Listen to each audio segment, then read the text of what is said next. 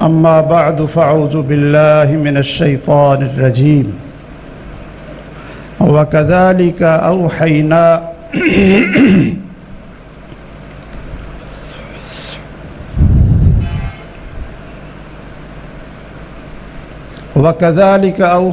إليك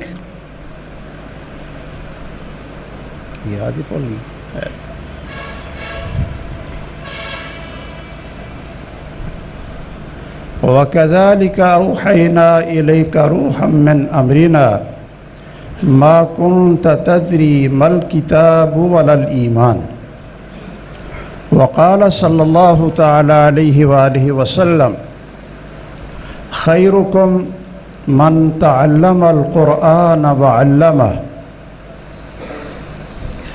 بہت ہی محترم و مکرم علماء، مشائخ اور قابل صد احترام بزرگوں اور بہت ہی قابل قدر یہ طلبہ علم اور تمام سامعین کرام، یاد رکھیے کہ اللہ ذو الجلال نے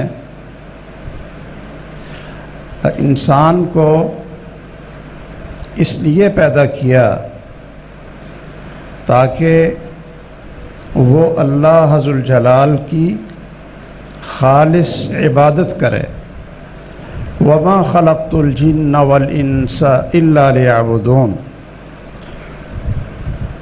اللہ ذو الجلال فرماتے ہیں کہ ہم نے جنوں اور انسانوں کو صرف اپنی بندگی اور عبادت کے لیے پیدا کیا.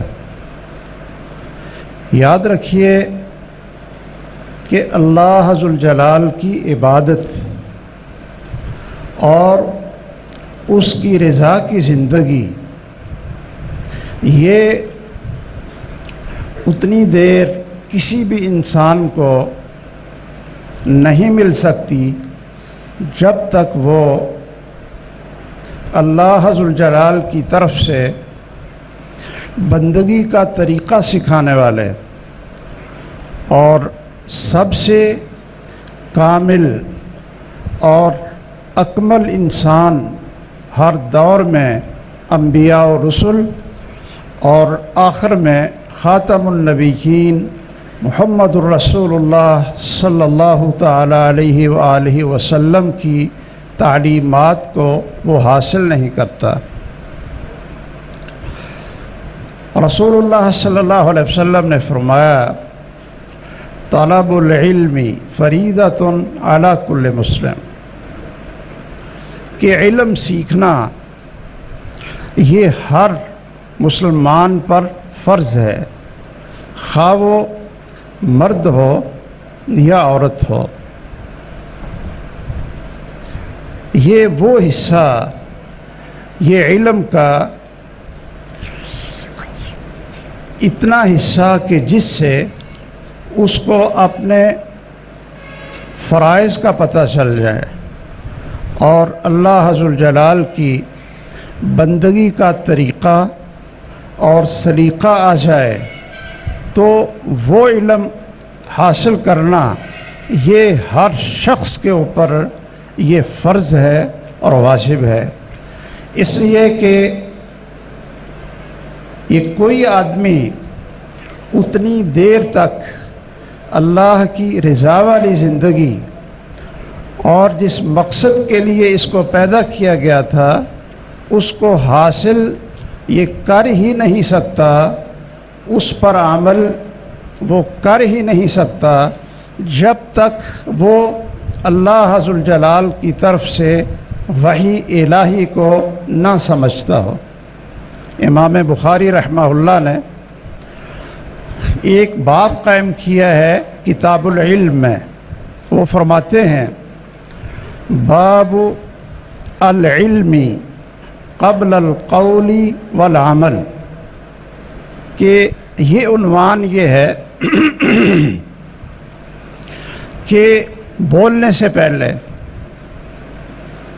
یعنی کوئی لفظ یا کوئی جملہ بولنے سے پہلے ہر انسان کو پتہ ہونا چاہیے کہ یہ جو میں بات کر رہا ہوں یا جو میں نے یہ جملہ ادا کیا ہے یہ اللہ کے پسندیدہ کلام میں سے ہے یا اللہ ذوالجلال اس جملے سے بولنے سے ناراض ہو جاتے ہیں۔ دیکھیے، انسان جب بولتا ہے تو بولنے سے پہلے اگر وہ یہ نہیں سوچتا کہ یہ چیز میری زبان سے نکلی ہوئی یہ اللہ ذوالجلال کے آخری پیغمبر محمد الرسول اللہ صلی اللہ علیہ وسلم کی تعلیم سے ہے، یہ علم وحی سے ہے، یہ پتہ نہیں یہ کبھی اونچا ہوتا ہے کبھی۔ رسول اللہ صلی اللہ علیہ وسلم نے فرمایا کہ ایک انسان ایک جملہ بولتا ہے، لا یلقی لہا بالا، اور وہ اس کو اتنی یہ کوئی اہمیت نہیں دیتا، لا یلقی لہا بالا، انسان اس کو ایک عام سادہ جملہ سمجھ کر وہ اپنی زبان سے نکال لیتا ہے۔ تو اس ایک جملے پہ یعنی ایک کلمے پر اللہ ذوالجلال کی طرف سے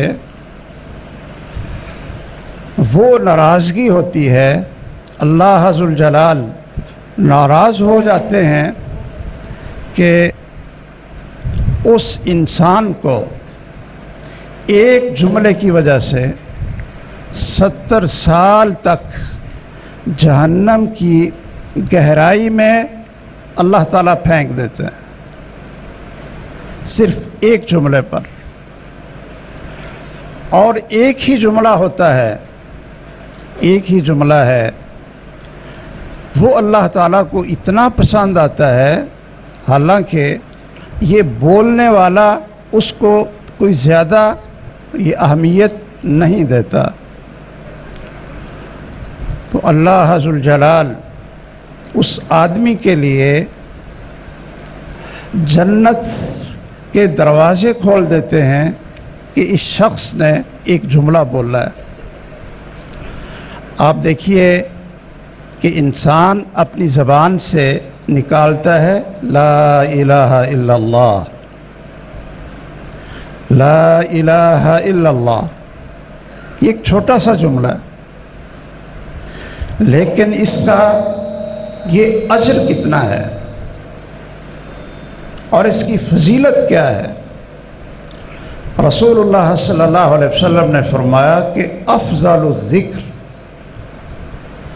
کہ سب سے افضل ذکر جو اللہ کو پسند ہے اور جس کا اگر یہ کلمہ نصیب ہو جائے انسان کو مرتے وقت، من قال لا الہ الا اللہ دخل الجنہ، وہ آدمی جنت میں داخل ہو جائے۔ اور یہ ایک چھوٹا سا جملہ اللہ ذوالجلال نے اس کو اتنا مرتبہ اور اتنی فضیلت عطا کی ہے کہ حضرت نوح علیہ السلام نے اپنے بیٹوں کو یہ وصیت فرمائی تھی کہ لا الہ الا اللہ، اس جملے کو چھوڑنا نہیں ہے، اس لیے کہ اگر 7 آسمان اور 7 زمینوں کا آپ ایک پلڑے میں رکھ کر وزن کریں اور دوسرے پلڑے میں صرف لا الہ الا اللہ کا وزن رکھیں تو یہ پوری کائنات زمین و آسمان کی ان کا وہ وزن نہیں ہوگا جو صرف زبان سے نکلنے والا لا الہ الا اللہ کا وزن ہے۔ آپ یہ بھی سنتے رہتے ہیں علماء سے کہ سبحان اللہ، سبحان اللہ، یہ ایک چھوٹا سا جملہ ہے۔ الحمدللہ، یہ ہر ایک کو آتا بھی ہے اور بول بھی سکتا ہے۔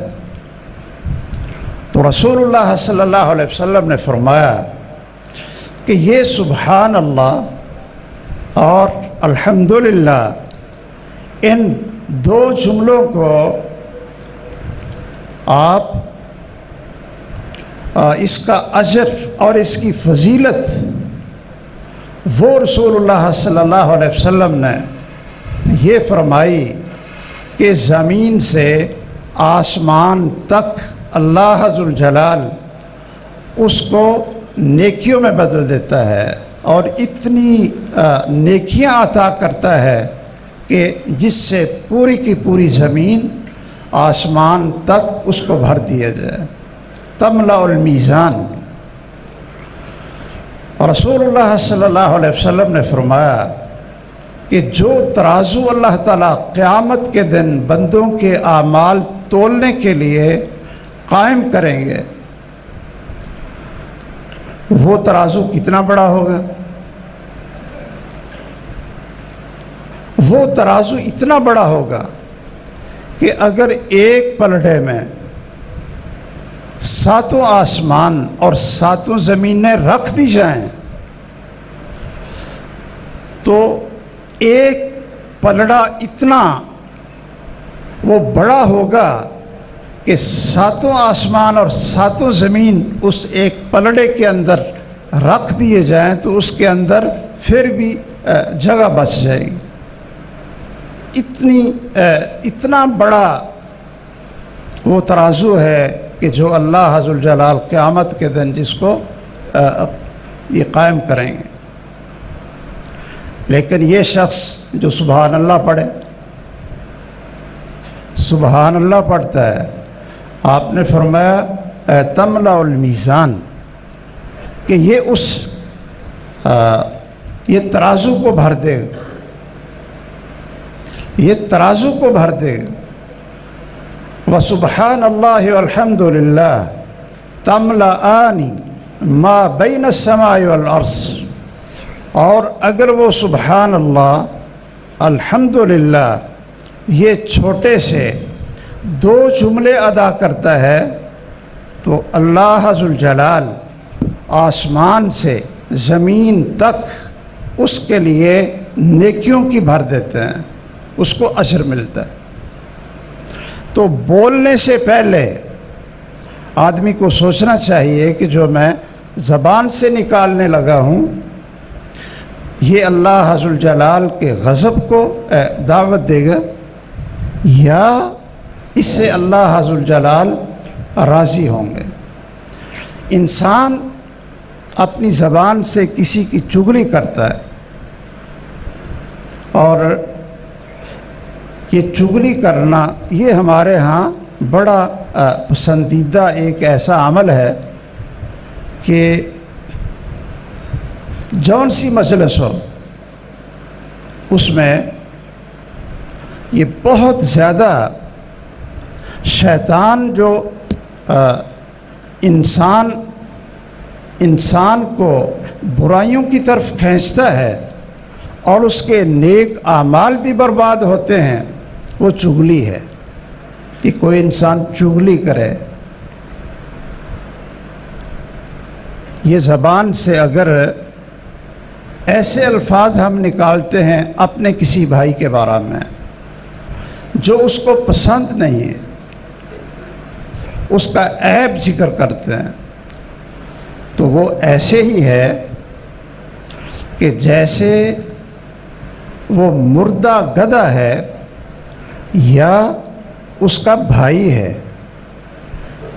اس کا بھائی ہے اور وہ مردہ ہے اور یہ شخص اس کا گوشت کھا رہا ہے، یہ شخص اس کا گوشت کھا رہا ہے۔ اسی طرح یہ عمل کرنے سے پہلے آپ نے کہ کوئی کام کرنا ہے، وضو کرنا ہے، تو جب تک آپ وضو کا طریقہ سیکھیں گے نہیں اتنی دیر تک آپ وضو نہیں کر سکتے، اور اگر کریں گے رسول اللہ صلی اللہ علیہ وسلم کی سنت کے خلاف کریں گے تو یہ وضو کرنے والا بھی جہنم کا ایندھن بنے گا۔ رسول اللہ صلی اللہ علیہ وسلم ایک سفر میں صحابہ کرام بھی تھے، تو لوگوں نے جلدی جلدی وضو کیا،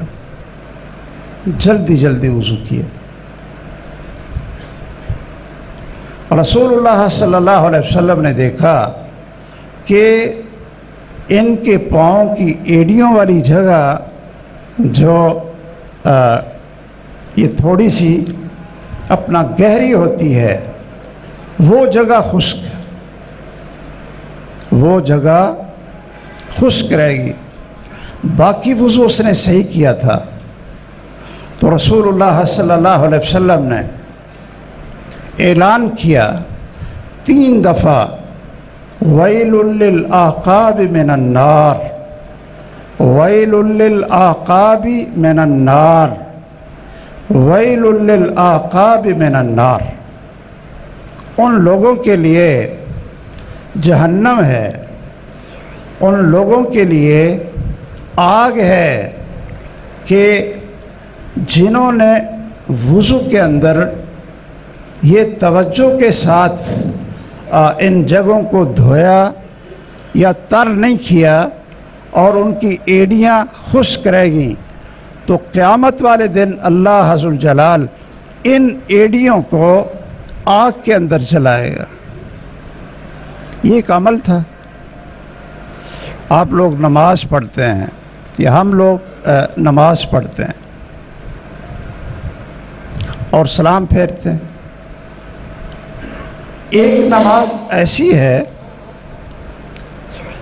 نماز ایسی ہے کہ آدمی نماز پڑھتا ہے تو رسول اللہ صلی اللہ علیہ وسلم فرماتے ہیں ارجع فصلی فإنک لم تصلی، کہ نماز پڑھو، تو نے نماز پڑھی نہیں ہے۔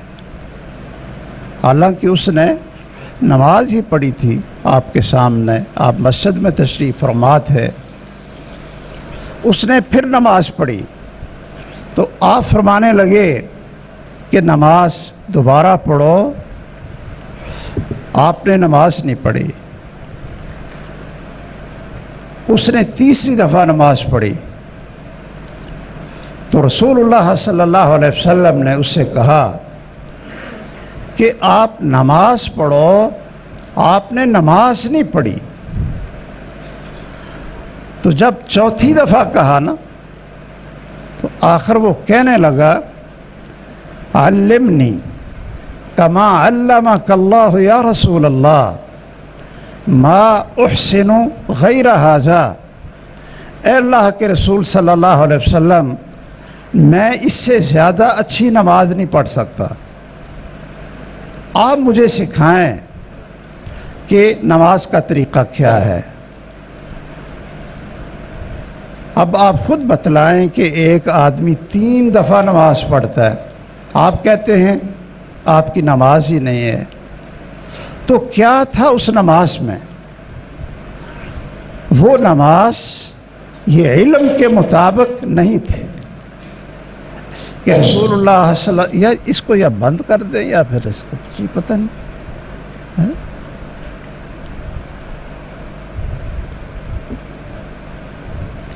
ایک شخص وہ نماز پڑھتا ہے، سلام پھیرتا ہے،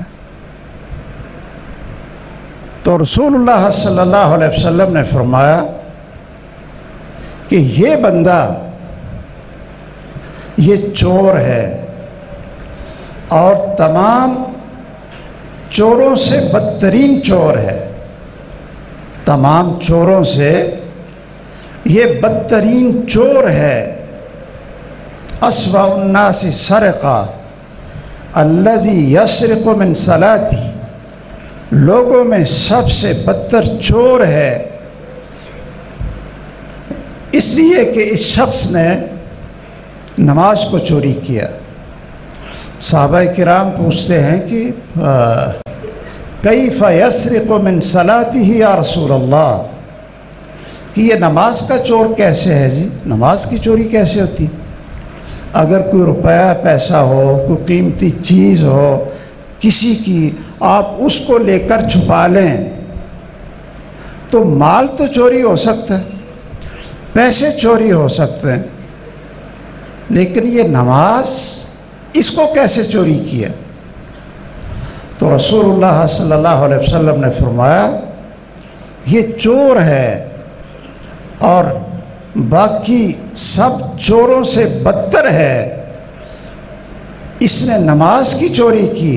اور نماز کی چوری یہ ہوتی ہے کہ آدمی اطمینان کے ساتھ رکوع نہ کرے اور اطمینان کے ساتھ وہ سجدہ نہ کرے۔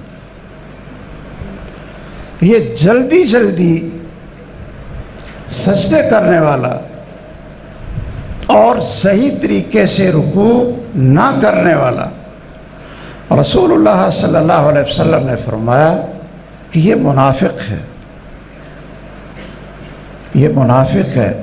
وہ ایک بات بڑی مشہور ہے نا کہ کسی نے ایک خان صاحب کو پوچھ لیا کہ بھئی آپ نماز بڑی جلدی پڑھتے، تو اس نے کہا کہ ہم اپنا کام بھی جلدی جلدی کرتے ہیں اور اللہ کا کام بھی جلدی جلدی کرتے۔ جو اتنی جلدی ہو کہ نہ تو اطمینان سے سجدہ، یہ کئی دفعہ ایسے ہوا کہ میں اور محترم ہمارے حافظ مسعود عالم صاحب حافظہ اللہ وسلم و عافاہ، یہ موٹر وے پہ یہ قیام و طعام کی جگہ جو ہوتی ہے نماز کے لیے مسجد بنی، تو اس میں چلے گئے کہ نماز پڑھتے ہیں۔ تو وہاں ایک امام صاحب نماز پڑھا رہے تھے، ہم نے ان کے پیچھے شروع کر دی نماز۔ تو محترم حافظ صاحب نے کیا کیا کہ وہ امام کو چھوڑ دیا، نماز ویسے اس کے ساتھ ہی شروع کی، تو امام کو چھوڑ کر وہ اپنی نماز پڑھنے لگ۔ تو نماز کے بعد میں نے پوچھا کہ آپ نے شروع تو کی تھی یہ امام صاحب کے پیچھے، اور بعد پھر آپ اپنا ہی جو یہ طریقہ ہے آپ اس پہ نماز پڑھنے لگ گئے۔ تو آپ سب کہتے ہیں کہ نہ مجھ سے یہ قیام میں سورۃ فاتحہ پڑھی جاتی تھی اور رکوع کے اندر سبحان ربی العظیم یہ بھی نہیں پڑھا جاتا تھا، اور سجدہ ابھی اطمینان سے ہم کرتے ہی نہیں تھے، اور وہ امام صاحب پہلے ہی اللہ اکبر کہہ کر اٹھ جاتے تھے۔ تو میں نے سوچا کہ اس امام صاحب کے پیچھے تو میں ان کو نہیں مل سکتا ہوں، تو چلو اپنی نماز ہی پڑھ لیتا ہوں۔ اتنی تیز نماز پڑھانے والا۔ بعد میں ہم نے ان سے کہا کہ اللہ کے بندے، آپ کو کوئی اس طریقے سے نماز پڑھانی چاہیے کہ جس میں نماز کے ارکان تو ادا ہو جائیں، نماز کے ارکان ادا ہو جائیں۔ انسان نماز پڑھتا ہے، وہ نماز اس کو چور بنا دیتی ہے، منافق بنا دیتی ہے۔ اور ایک شخص وہ بھی وضو کرتا ہے، یہ پہلے ایک آپ کو بتایا نا کہ انہوں نے وضو کیا تو رسول اللہ صلی اللہ علیہ وسلم نے فرمایا ویل للعقاب من النار، کہ تمہاری ایڑیاں یہ آگ میں چلیں گی۔ اور صحیح مسلم میں ہے کہ ایک شخص وضو کرتا، اسبغ الوضو، اور اچھے طریقے سے ٹھہر ٹھہر کر کرتا ہے، اور وضو کر کے پڑھتا ہے اشہد ان لا الہ الا اللہ و اشہد ان محمدً عبدہ و رسولہ، یہ پڑھتا ہے تو اس کو کیا ملتا ہے؟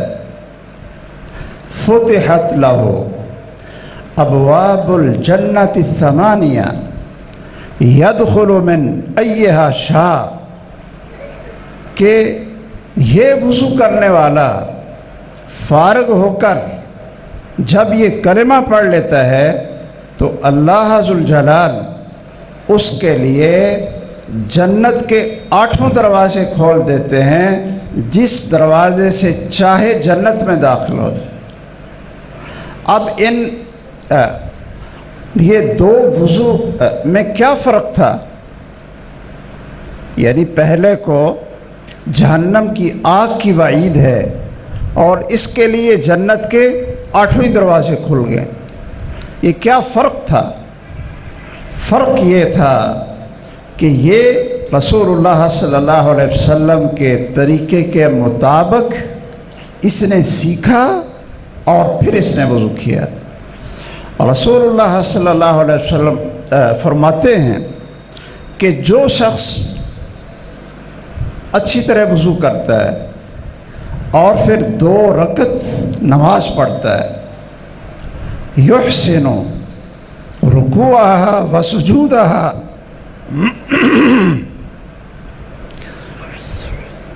و خشوعہا، اور رکوع خوبصورت بناتا ہے اور سجدہ خوبصورت کرتا ہے،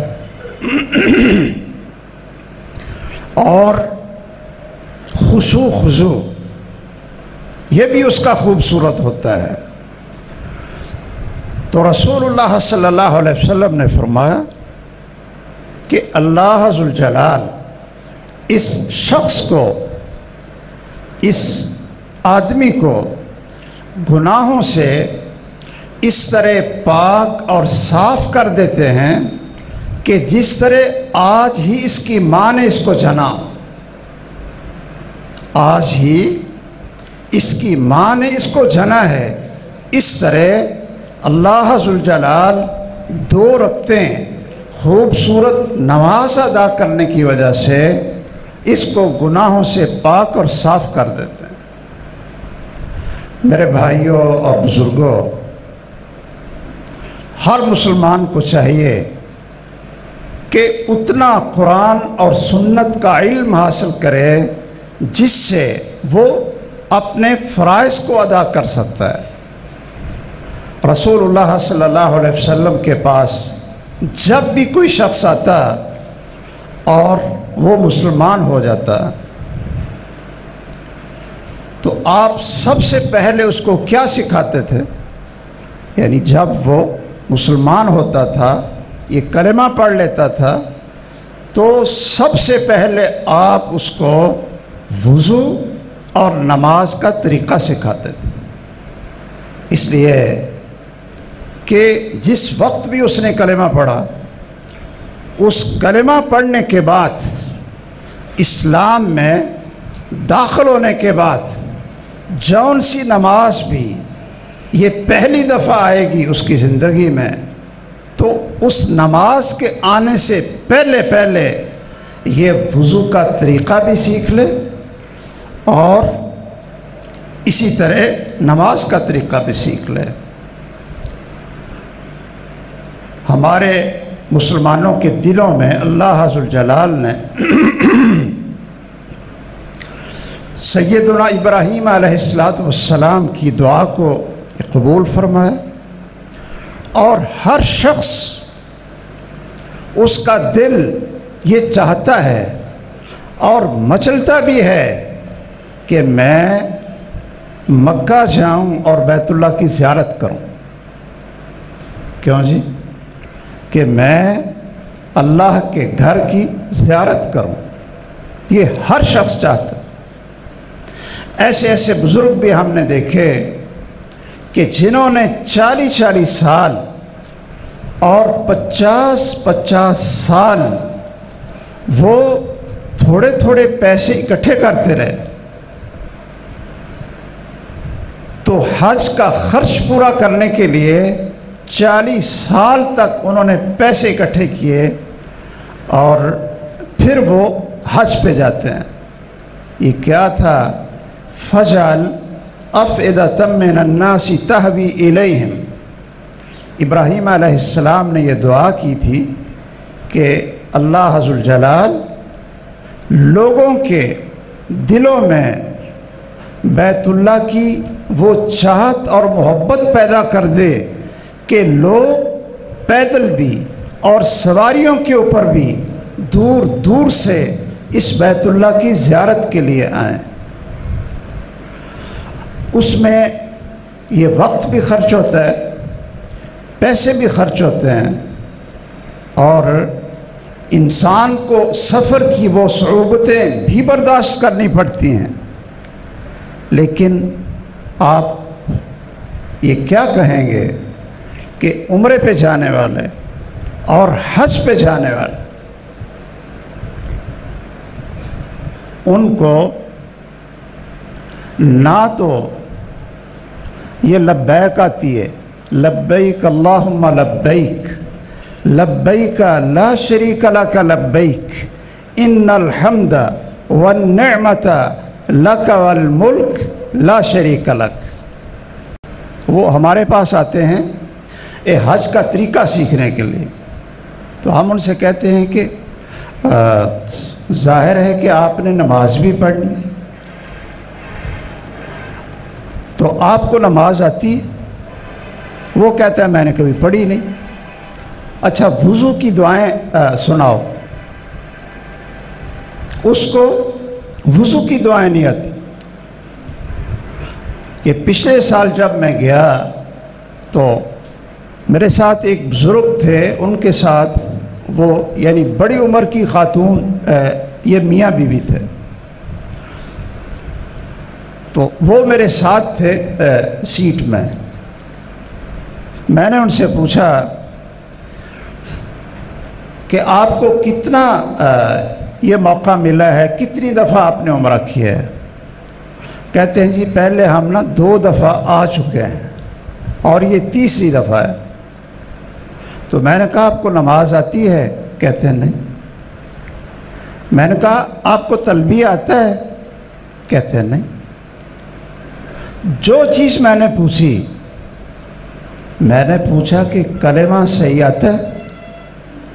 لا الہ الا اللہ محمد الرسول اللہ آتا ہے؟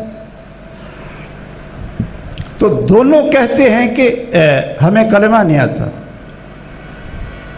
تو میں نے کہا بزرگوں آپ ایک کوئی مہینہ پہلے کسی مسجد کے عالم کے پاس بیٹھ جاتے تو کم از کم یہ کلمہ صحیح کر لو، اور لبیک بھی آپ کو نہیں آتا، آپ کو نماز پڑھنی نہیں آتی، تو آپ عمرے پہ جا رہے ہیں۔ تو کہتے ہیں جی اللہ قبول کرے، اللہ قبول کرے۔ اور دیکھ کر میرے پاس کتاب تھی، تو میں نے کہا یہ اردو میں یہ ترجمہ ہے ایک عربی کتاب کا، تو آپ ایسا کریں کہ اس کو دیکھ کر پڑھ۔ جب وہ جہاز والوں نے اعلان کیا نا کہ ابھی آپ کا جہاز یہ وہ میقات کی حدود سے گزرے گا، تو میں نے وہ کتاب نکال کر ان کے سامنے کی کہ آپ دیکھ کر تو پڑھ لو۔ تو کہتے جی ہمیں پڑھنا نہیں آتا، اور ہیں بیچارے مسلمان ہیں اور پیسے اکٹھے کرتے رہے، حج پہ جا رہے ہیں۔ اس سے 2 سال پہلے یہ حج کا موقع تھا، اور حج کے بعد جو مینا کے ایام گزارنے تھے، تو اس کے دوران یہ ہمارے محترم جو بھائی ہیں سارے، عبدالرؤف صاحب، عبدالماجد صاحب، عبدالخالق صاحب، یہ ان کا ایک بہت بڑا کمرہ انہوں نے اپنی رہائش میں رکھا ہوا ہے اور وہ 24 گھنٹے اس کا دروازہ یہ کھلا ہی رہتا ہے 24 گھنٹے۔ میں کئی دفعہ رات کو آیا ہوں مکہ سے واپس 2 بجے، رات کے 3 بجے دروازہ کھلا ہے۔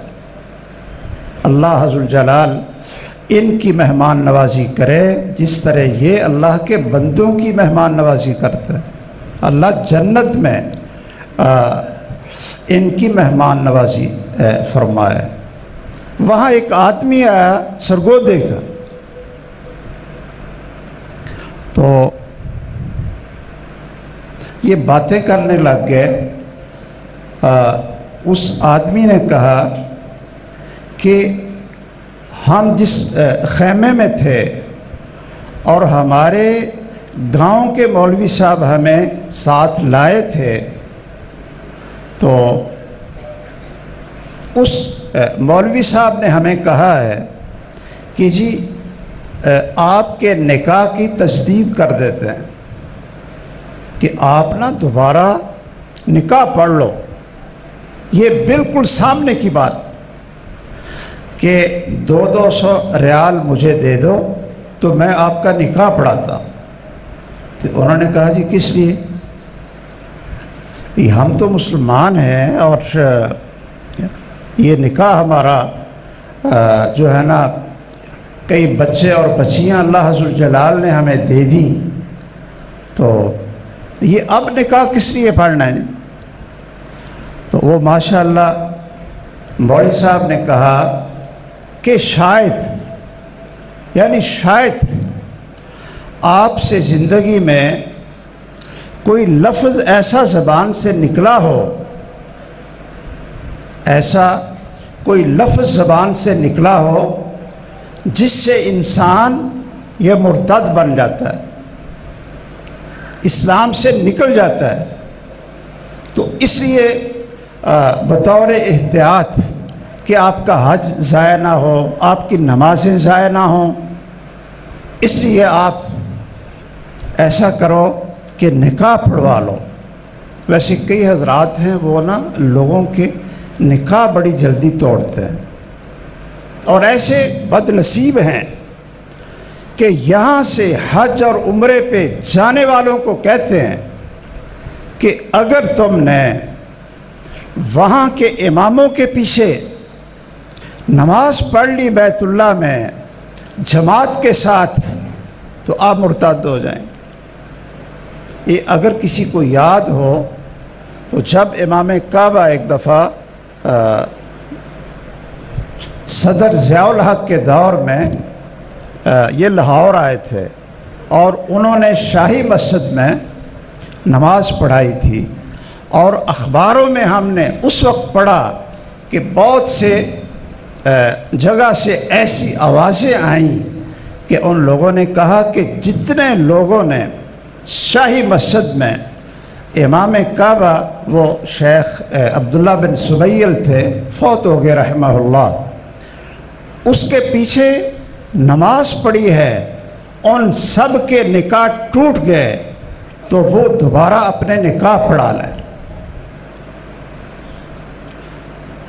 میں نے ان سے پوچھا کہ اس مولوی صاحب نے آپ لوگوں سے 200 روپیہ لیا اور جتنے خیمے میں تھے تو ان سب سے اس نے کہا کہ بھائی نکاح پڑھا لو، شاید کوئی ایسا لفظ زبان سے نکلا ہو جس سے آپ کا نکاح بھی ٹوٹ گیا اور آپ مرتد بھی ہو گئے۔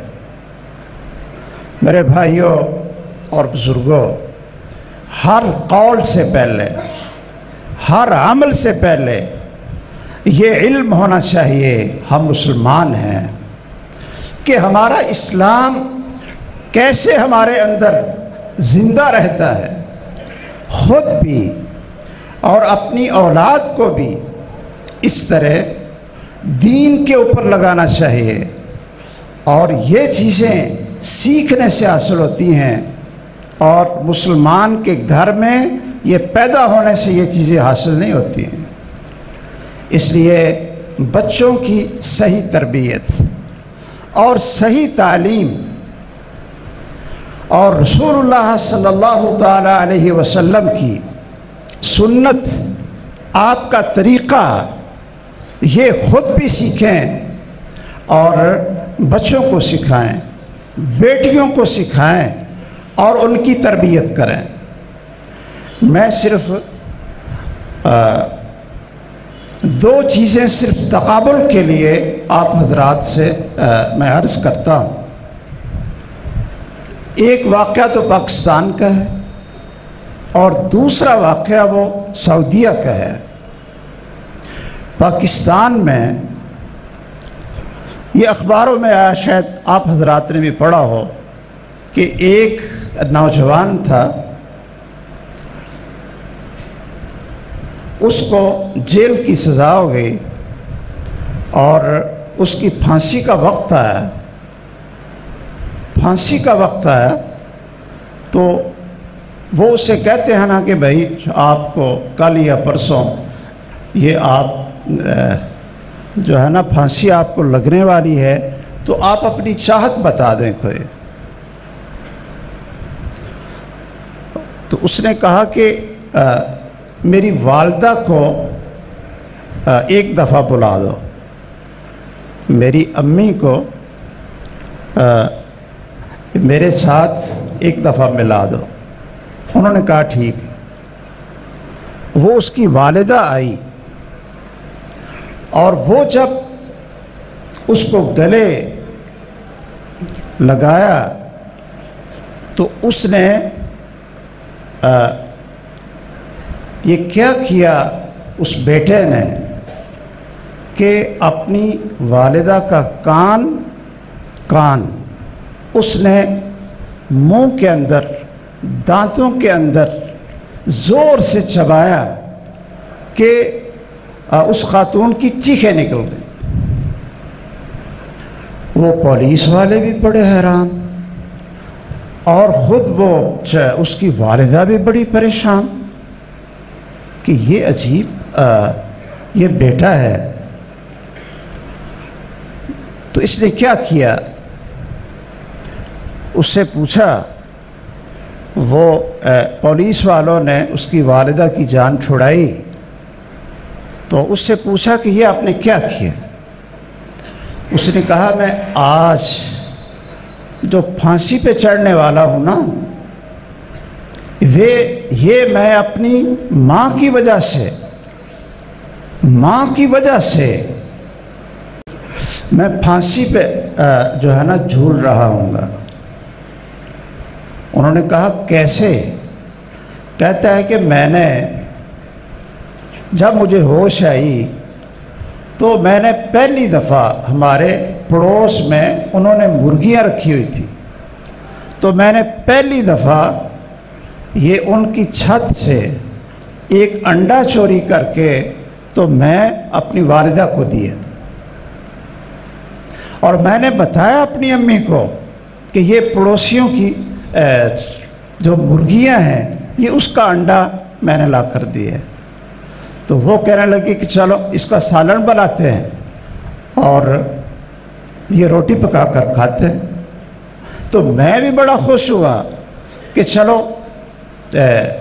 ماں ہماری یہ مزے سے یہ کھانا کھائے گی اور میں بھی کھانا کھاؤں۔ اس کا حوصلہ بڑھ گئی۔ وہ کہتا ہے کہ پھر بعد میں مجھے انڈے کے آگے مرغیاں چوری کرنے کی عادت پڑ گئی۔ میں گھر میں لاتا تھا اور والدہ اس کو یہ پکاتی تھی اور کھاتی بھی تھی اور کھلاتی بھی تھی۔ اس سے پوچھو۔ پھر میری مجلس ایسے لوگوں کے ساتھ ہو گئی جو ڈاکو بھی تھے، جو چور بھی تھے، جو قاتل بھی تھے۔ اس طرح کی ایک یہ گینگ میں ساتھ ہو گیا، اور جتنے پیسے لاتا تھا حصے میں آتے تھے، تو یہ میری امی جان یہ مجھے شاباش دیتی تھی۔ اور پھر مجھ سے ایسا کام ہو گیا کہ ایک جگہ پہ ڈاکہ مارنے گئے تو جو ہے نا پکڑے گئے. اس نے کہا کہ آج پھانسی کے پھندے میں اگر مجھے کوئی لایا ہے تو یہ میری ماں ہے. اگر یہ پہلے دن جب میں نے انڈا چوری کیا تھا یا مرغی چوری کی تھی جوتا اٹھا کر وہ مجھے مارتی، گھر سے نکال دیتی، مجھے سزا دیتی، تو میں بھی ان چیزوں کو چھوڑ دیتا.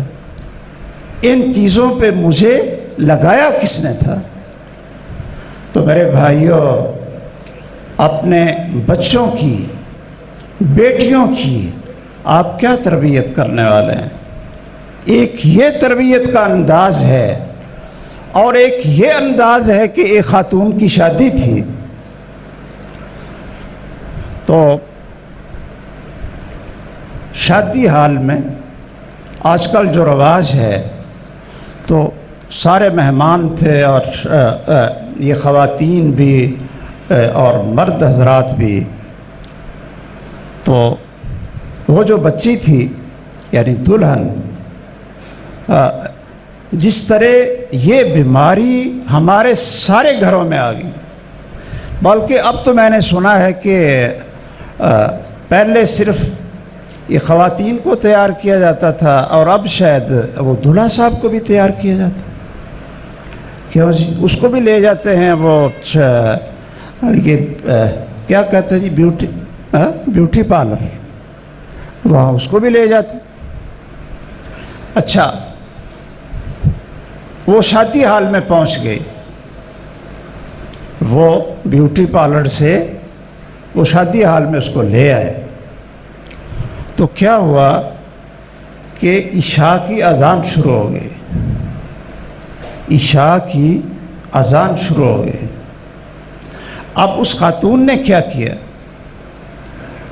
اس نے پوچھا اپنی امی سے کہ یہاں وضو کی جگہ کوئی واش روم؟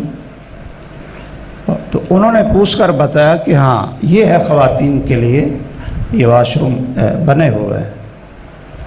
وہ وہاں گئی اور اس نے وضو کیا. تو آپ کو پتہ ہے کہ جب خواتین یہ بیوٹی پارلر سے آتی ہیں نا تو وہ بیچاری، حقیقت ہے کہ بڑا ان کے اوپر ترس آتا ہے کہ بھائی یہ کہیں خراب نہ ہو جائے جو یہ اوپر چڑھایا ہے نا. تو اس نے تو وضو کر لیا.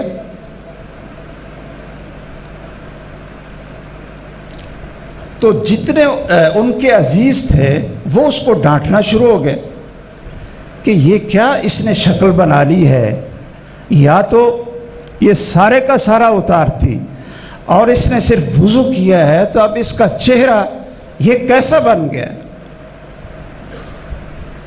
اس نے کسی کی بات نہیں سنی. اس نے وہاں الگ ہو کر جو خواتین کی جگہ تھی وہاں نماز شروع کر. اس کی ماں کو لوگوں نے پوچھا کہ یہ بیٹی آپ کی یہ کیا اس کی تربیت ہے؟ تو اب ماں کہنے لگی کہ یہ میری بیٹی وہ ہے کہ میں اپنے گھر میں یہ خود کھانا پکاتی ہوں، صفائی کرتی ہوں، سارے کام میں خود کرتی ہوں اور اس کو بلا کر ساتھ لگاتی ہوں. اگر میں نے یہ چولہے پر ہنڈیا رکھی ہو اور مسجد سے اللہ اکبر کی اذان کی آواز سن لوں تو وہ میں چولہا بند کر دیتی ہوں اور اس کو ساتھ لے کر پہلے نماز پڑھتی ہوں اور اس کے بعد پھر سالن کو پکاتی ہوں. میں اگر چولہے پر روٹی ڈالی ہوئی ہو، اذان شروع ہو جائے، اسی وقت وہ چولہا بند کر کے تو اس کو ساتھ لے کر بعد میں نماز پڑھتے ہیں. اگر میں کوئی اور بھی کام کر رہی ہوں، صفائی کر رہے ہوں، تو اذان کی آواز سن لوں تو ہر چیز اسی وقت چھوڑتی ہوں اور اس بچی کو ساتھ لے کر میں نماز پڑھتی ہوں اور پھر اپنا کام کرتے ہوں۔ یہ پوری زندگی میں نے اس بیٹی کی اس طریقے سے تربیت کی ہے۔ تو اب وہ بیٹی میک اپ کر کے وضو کر رہی ہے، اس نے یہ نماز کی اذان سن لی تھی، مؤذن کی یہ اذان سن لی تھی، وضو کیا، اور وہ بچی خواتین کی جگہ پہ اس نے نماز پڑھنا شروع کی، اور جب وہ سجدے میں گئی تو اس بچی کو موت آ گئی اور وہ سجدے میں پڑے پڑے فوت ہو گئے۔ اب یہ کتنی خوبصورت ہے یہ تربیت۔ ایک ماں ہے کہ جس کا اس کا بیٹا وہ اس کا کان کاٹ رہا ہے اور وہ چیخیں مار رہی ہیں، اور ایک یہ ماں ہے کہ جس نے اپنے یہ بیٹی کی تربیت کی ہے کہ شادی کے موقع پر بھی اس نے یہ نماز نہیں چھوڑی ہے، وقت پہ نماز پڑھی۔ اللہ ذوالجلال نے جس طرح ہمارے اوپر احسان کیا، ہمیں اولاد عطا فرمائی، یہ بچے اللہ نے عطا کیے، بیٹے بیٹیاں اللہ نے عطا کی، ان کو مسلمان بناؤ، ان کو دین سکھاؤ، دین، ان کو قرآن کا ترجمہ پڑھاؤ، ان کو محمد الرسول اللہ صلی اللہ علیہ وسلم کی سیرت سکھاؤ، ان کو سیدہ فاطمہ کی زندگی یہ سکھاؤ، اور اپنی بیٹیوں کو سیدہ عائشہ رضی اللہ تعالیٰ عنہ اور جتنی ہماری وہ مائیں تھیں ازواج مطہرات، آپ ان کی سیرت اور ان کے رہن سہن کا یہ طریقہ سکھاؤ۔ اللہ ذوالجلال ہمارے لیے آسانی فرمائے۔ میں کئی دفعہ یہ کہتا ہوں، اور کئی دفعہ موقع بھی ایسا ہوتا ہے کہ وہ لوگ اس طرح غم میں ہوتے ہیں، باپ فوت ہو گئے اور بڑی اس نے یہ مال اور دولت اس نے اکٹھا کیا، وہ فوت ہو گیا، تو مجھے یہ جنازے کے دوسرے تیسرے دن ایک بزرگ نے ان کے خاندان سے انہوں نے بلایا، تو مجھے کہتے ہیں جی یہ ذرا سارا خاندان اکٹھا ہے، تو یہ بچہ بڑا رو رہا ہے، ان کا بیٹا ہے جو فوت ہو گئے تھے، تو یہ ذرا ان کو تسلی دو اور یہ ذرا ان کو نصیحت کرو۔ تو میں نے اس بچے سے پوچھا، میں نے کہا بیٹا جی آپ کدھر رہتے ہیں؟ کہتے ہیں میں یورپ میں پڑھا ہوں، اور وہاں سے آ کر تو میں نے اپنا کام شروع کیا ہے اپنے ابو کے ساتھ۔ میں نے اس سے پوچھا کہ کل جنازہ ہوا تھا، آپ کے ابو نے اپنی ساری زندگی یہ محنت کر کے جو زمینیں بنائیں اور یہ پلاٹ بنائے، اربوں کروڑوں کے پلاٹ بنائے، اور آپ کو بڑی محنت کر کے باہر سے پڑھایا، تو یہ آپ نے کل جنازہ پڑھا ہے تو آپ کو نماز جنازہ کی دعا یہ آتی ہے کہ نہیں؟ کہتا ہے جی مجھے تو نماز نہیں آتی، تو یہ جنازہ کی دعائیں مجھے یہ بالکل نہیں آتی۔ میں نے اس سے کہا کہ اگر آپ اپنے ابو کے لیے صدقہ جاریہ بننا چاہتے ہیں نا، تو اپنی نمازیں تو پوری کرو۔ سب سے بڑا صدقہ جاریہ اولاد ہے، بشرطے کہ وہ نیک ہو۔ میں نے اس سے کہا کہ آپ یہ بتاؤ کہ والد کا اتنا بڑا احسان اور آپ ایک جنازے کی دعا نہیں یاد کر سکے؟ انگلش آپ بڑی بولتے ہیں کہ جی وہ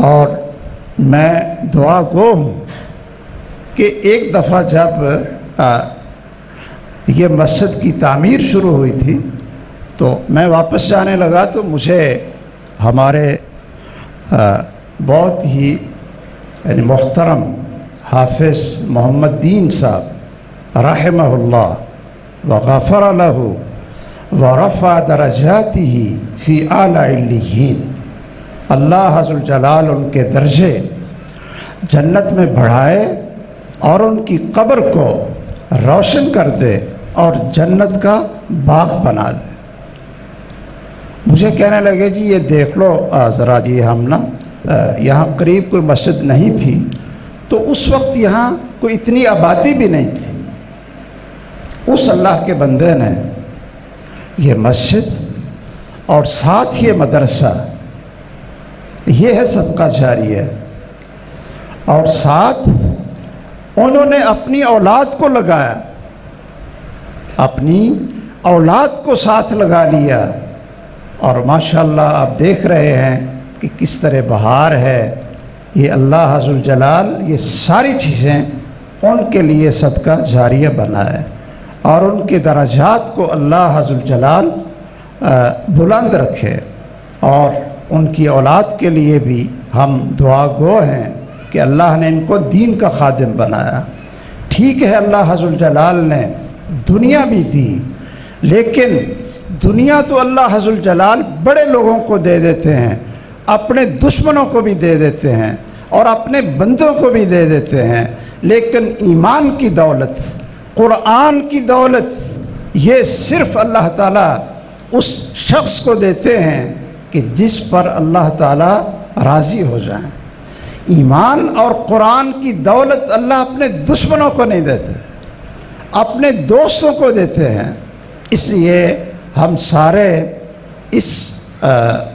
اس راہ پہ چلیں کہ اپنے علم کو جو ہے نا محنت سے سیکھیں، اور پھر یہی عزیز طلبہ جب گھروں میں جائیں اور اپنی بستی میں جائیں تو وہاں لوگوں کو، اپنے والدین کو نماز بھی سکھائیں، وضو کا طریقہ بھی سکھائیں، اور ان کو دین بھی سکھائیں۔ یہ ایک بہت بڑی مبارک زندگی ہوگی، سب کے لیے مبارک ہو، بچوں کے لیے بھی، اور اللہ عز الجلال اساتذہ کی زندگی بھی مبارک بنائے جنہوں نے محنت کر کے ان بچوں کو پالش کیا ہے۔ اللہ عز الجلال اس ادارے کو قائم رکھے، دائم رکھے، اور یہ جو نور اس ادارے سے سیکھ کر بچے جا رہے ہیں، اللہ عز الجلال اس کو قیامت تک اس کو آباد رکھے۔ اور جو ماشاءاللہ سامعین ہے، اللہ تعالیٰ یہ توفیق دے آپ سب کو کہ آپ بھی دین سیکھیں، آپ بھی کیا کریں، دین سیکھیں۔ کئی جگہ پر مسجد یا کوئی مدرسہ بنتا ہے تو وہ لوگ بلا لیتے ہیں، کہتے ہیں جی ہمارے ہاں بچوں کو پڑھانے کے لیے ہمارے ہاں بندوبست ہے تو آپ نا بچوں کو بھیجو۔ تو میں وہاں یہ عرض کرتا ہوں کہ بھائی یہ صرف بچے ہی رہ گئے ہیں کہ جن کو قرآن اور نماز اور سنت رسول یہ نہیں آتی، اور جتنے ان کے باپ ہیں، یہ جتنے بابے ہیں، ان کو ہر چیز آتی۔ آپ کہتے ہو کہ جی بچوں کو بھیجو، اور یہ جو بابے ہیں ان کو کون سکھائے گا؟ ان کو کون سکھائے گا؟ اس لیے بڑوں کے لیے بھی کلاس کھولو، ہر جگہ پہ بڑوں کو بٹھاؤ، بڑوں کو بٹھاؤ۔ شاید آپ نے بھی اخباروں میں پڑھا ہو کہ یہ شاہ سلمان جو اس وقت سعودی عرب کا یہ جو بادشاہ ہے، یہ قصیم میں ایک خاتون تھی، 80 سال کی عمر میں اس نے قرآن حفظ کیا۔ 80 سال کی عمر میں اس نے کیا کیا؟ قرآن حفظ کیا۔ تو جب اخباروں میں یہ بات بڑی یہ اٹھائی گئی، تو جب ان کو پتہ چلا تو یہ اس ملک کا بادشاہ اس خاتون کو ملنے کے لیے اور اس سے دعا کروانے کے لیے وہ وہاں قصیم پہنچتا ہے، اس خاتون کے گھر جاتا ہے اور اس کو انعام منہ مانگا اس کی پیشکش کرتا ہے، اور وہ 80 سال کی خاتون وہ کہتی ہے کہ یہ دنیا کی دولت کی مجھے ضرورت نہیں ہے، اللہ ذوالجلال نے جو قرآن کی دولت اور نعمت مجھے عطا کر دی ہے مجھے اور کسی چیز کی ضرورت نہیں ہے۔ تو ہمارے پتہ نہیں ان بزرگوں کو کیا ہوتا ہے، ابھی ماشاءاللہ کاروبار بھی کر رہے ہوں گے اور زمینیں بھی کاشت کر رہے ہوں گے، اور جب کہتے ہیں نا یہ دعا سیکھ لو بزرگوں، وہ کہتے ہیں اب ہماری زبان پر چڑھتی نہیں، باقی ہر چیز چڑھ جاتی ہے، یہ قرآن اور دعائیں نہیں چڑھتی۔ میں نے ایک دفعہ ایک درس میں بلکہ خطبے میں نے کہہ دیا کہ یہ جتنے حضرات ہیں ماشاءاللہ بیٹھے ہیں، کوئی پی ایچ ڈی ڈاکٹر بھی شہروں میں ہوتے ہیں، بڑے پڑھے لکھے، کہتے ہیں جی یہ بہت پڑھا لکھا ہے، نماز میں پہلی صف میں ہوتا ہے۔ تو میں نے کہا کہ آپ کو پتہ ہے کہ ایک دعا اگر اس کو یاد کریں اور اس کو پڑھیں، میں جب بھی کسی کا نکاح پڑھاتا ہوں نا اس کو لکھ کر دے دیتا ہوں کہ یہ دعا یاد کر لو، آج سے ہی آپ کے لیے اس کو پڑھنا یہ مبارک بن جائے گا۔ ایک ہمارا شاگرد تھا، وہ جہاں میں درس دینے جاتا تو ادھر ہی آ جاتا، جب اس کے نکاح کا وقت آیا تو مجھے کہتا ہے کہ جی میں نے نا نکاح سب سے پڑھانا ہے۔ میں چلا گیا، مسجد میں نکاح تھا، تو میں نے اس سے پوچھا کہ آج آپ کی شادی ہے اور رات آپ کی سہاگ رات ہے، تو آپ کو پتہ ہے کہ رسول اللہ صلی اللہ علیہ وسلم نے جب آپ میاں بیوی رات کو اکٹھے ہوں گے تو رسول اللہ صلی اللہ علیہ وسلم نے ایک دعا سکھائی ہے، اگر وہ دعا پڑھ لے آدمی تو رسول اللہ صلی اللہ علیہ وسلم نے فرمایا ہے کہ اللہ ذوالجلال جو اس کو اولاد دے گا لم یضرہ الشیطان ابدا، کہ اس کی اولاد کو پوری زندگی شیطان داؤ نہیں لگائے گا، اس کی زندگی مبارک ہوگی۔ تو میں نے اس سے کہا کہ بسم اللہ اللہم جنبنا الشیطان وجنب الشیطان ما رزقتنا۔ یہ نا بچے یہ خوش ہو رہے ہیں کہ ہمیں تو اساتذہ نے سکھائی ہوگی اور ابھی ان بیچاروں کی شادی بھی نہیں ہوئی، اور جنہوں نے ماشاءاللہ 6 7 بچے پیدا کر لیے ہیں اللہ کی توفیق سے، اور ان کو ابھی تک یہ دعا یاد نہیں ہے۔ وہ میں نے اس بچے سے پوچھا کہ آپ ہمارا ہر درس سنتے ہیں تو آپ کا نکاح پڑھاؤں گا تو میں نے یہ دعا بھی سننی۔ اب وہ بیچارہ بڑا پریشان، میں نے وہ دعا لکھ کر دی، میں نے کہا 10 منٹ میں یاد کرو پھر آپ کا نکاح پڑھاتا ہوں۔ بڑے بزرگ تھے، اس موقع پر ایک بابا آ کر رونے لگ گیا، کہتا ہے جی میں نے تو ساری زندگی مسجد کی خدمت میں گزار دی، یہ آپ علماء کی غلطی ہے کہ آپ ہمیں بتاتے کیوں نہیں؟ کیا کسی نے کبھی درس میں یا کبھی خطبے میں یہ چیزیں جو تعلیم کی چیزیں دین کے لیے ضرورت ہے، اپنے بچوں کے لیے ضرورت ہے، یہ ہم بھی بیان کرتے شاید شرماتے ہیں اور سننے والے بھی شرماتے ہیں، اور یہ محمد الرسول اللہ صلی اللہ علیہ وسلم کی تعلیم ہوتی ہے اور اس کے اندر برکت ہی برکت ہے۔ اللہ تعالی ہمیں اسلام پر زندہ رکھے اور اسلام پر موت دے، اور ساری زندگی اسلام کے مطابق ہمیں گزارنے کی توفیق دے، اور اللہ ذوالجلال